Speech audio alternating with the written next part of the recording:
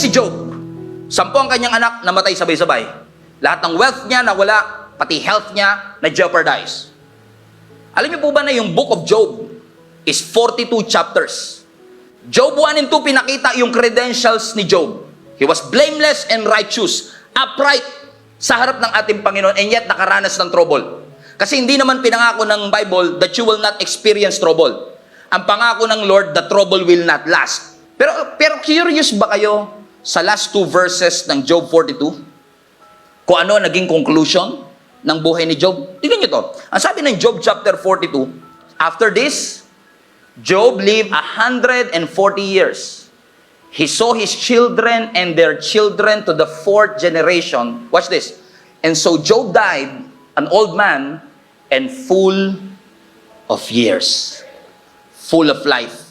Sa ibang translation, he died and he was fulfilled.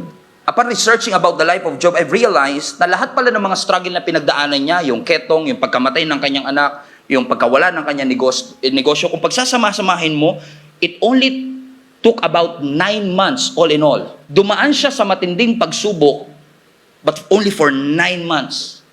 What does it imply to all of us? Minsan, pag nandun ka sa gitna ng sitwasyon, kala mo wala ng katapusan. Akala mo parang wala ng wakas. Akala mo parang wala ng light on the other side of the tunnel. Parang pakiramdam mo, nandun ka na lang lagi sa lubak at wala ka ng pag-asa.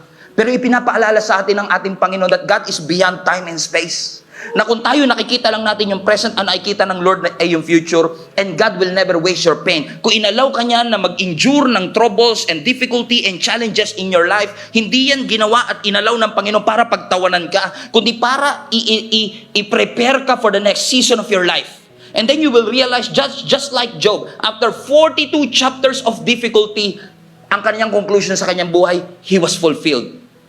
Why? Kasi lahat ng mga struggles nagkaroon ng purpose, and he trusted the timing of the Lord. Nung pinagkatiwalaan niya ang timing ng Panginoon, nakita niya ang kamay ng ating Panginoon sa kanyang buhay. Palapakan natin ang Diyos.